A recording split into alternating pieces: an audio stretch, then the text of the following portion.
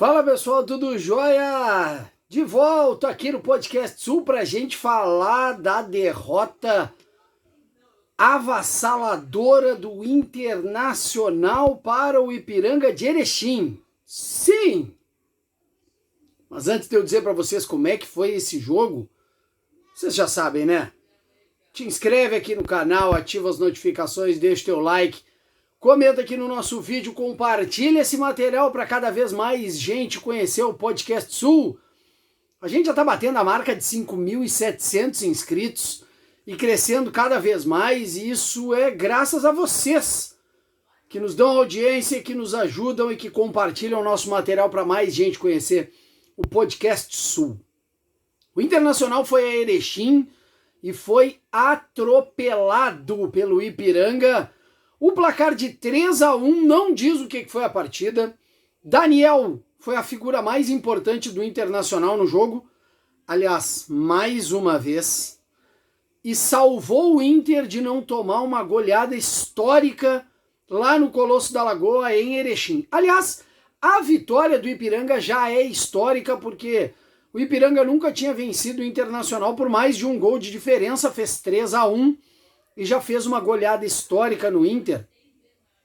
E o Internacional não vence o Ipiranga jogando lá em Erechim há 30 anos.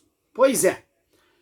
Essa derrota do Internacional passou muito pelas atuações ruins de Heitor, de Moisés, de Victor Cuesta, Bosquilha com uma atuação apagadíssima, Caio Vidal sumido na partida.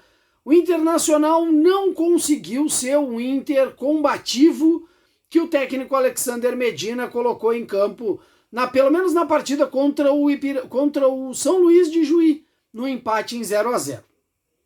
Isso que naquele jogo o Internacional era o time reserva.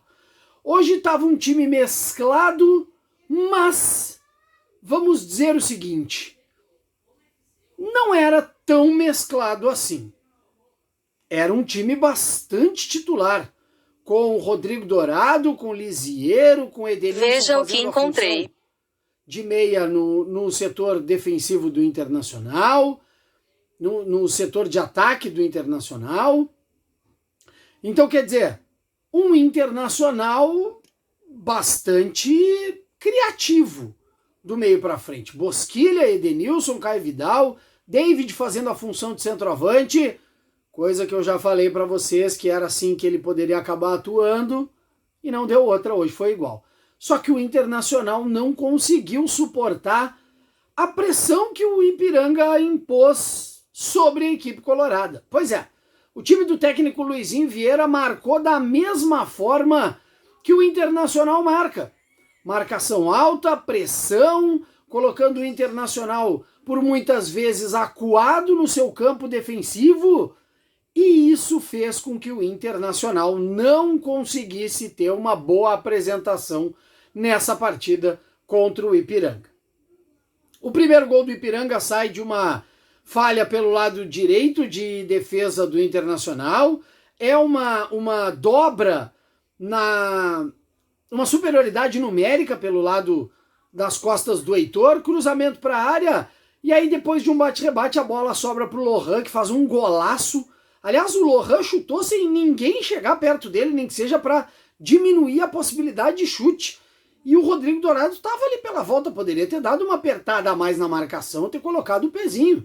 Aliás, Rodrigo Dourado foi outro jogador que também fez uma atuação bastante apagada nessa partida do Internacional. O gol de empate do Inter sai numa jogada de esforço do Heitor, que busca uma bola na linha de fundo, faz o cruzamento, e o Bruno Mendes aproveita para marcar o 1-1, isso no finzinho do primeiro tempo. Só que depois o Heitor dá duas entregadas, e aí não é à toa que o Medina saca ele para colocar o mercado e tentar diminuir as ações ofensivas do Ipiranga pelo lado direito defensivo do Internacional. Até consegue, só que aí é o lado esquerdo defensivo do Inter que começa a vazar. E nas jogadas erradas de Victor Cuesta e também numa cobertura mal feita do Moisés, saem os gols do Ipiranga que deram números finais ao placar de 3-1. Teve dificuldades o Internacional? Teve. O Inter não conseguia sair jogando pelo meio, o Inter não conseguia sair jogando com a bola no chão.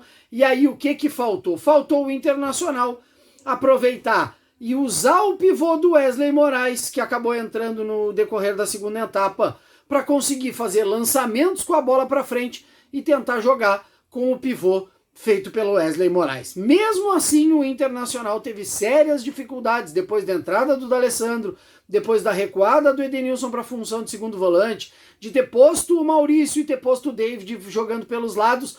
O Internacional seguiu tendo dificuldades para enfrentar a equipe do Ipiranga.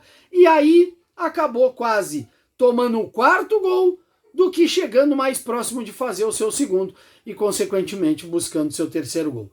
Primeira derrota de Alexander Medina como técnico do Internacional, mas já acendeu uma luzinha de alerta ali de que o Inter teve dificuldades e de que o Inter não conseguiu ser suficientemente capaz de fechar as investidas do Ipiranga, tanto pelo lado direito quanto pelo lado esquerdo defensivo. O técnico Medina vai ter trabalho para corrigir isso aí. Primeira vez que tu chega aqui no canal, então tu já sabe, né? Te inscreve, ativa as notificações, deixa teu like, comenta aqui no vídeo. Compartilha esse material e ajuda a gente a crescer cada vez mais. Com o Podcast Sul, já batemos a marca de 5.700, rumo aos 10k aqui no canal, e isso vai ser sempre com a ajuda de vocês. Eu volto para mais vídeos sobre o Campeonato Gaúcho aqui no Podcast Sul. Grande abraço.